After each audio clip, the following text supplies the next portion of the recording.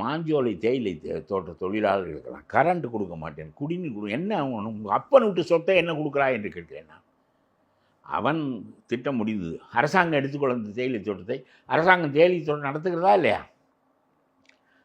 நீ அந்த திட்டத்தையும் எடுத்துக்கொள். 30,000 தொழிலாளர்களுக்கு வேலை கிடைக்கும். அவன் பாட்டுக்கு வேலை செய்கிறான். தேயிலையை நம்ம லாபகரமாக நடத்த வேண்டியதானே. இந்த மாஞ்சோலை நமக்கு சும்மா கிடைப்பது என்பது தமிழ்நாட்டு சொத்துத்தானது. அது உன் கைக்கு வருவது என்பது நல்லது தானே. தனியாரிடமிருந்து இந்த மக்கள் வாழ்வது 30,000 பேர் வாழ்வது. நான் அமெரிக்காவிலே போய் 5,000 கோடி பிடுங்கி கொண்டு வந்தேன்.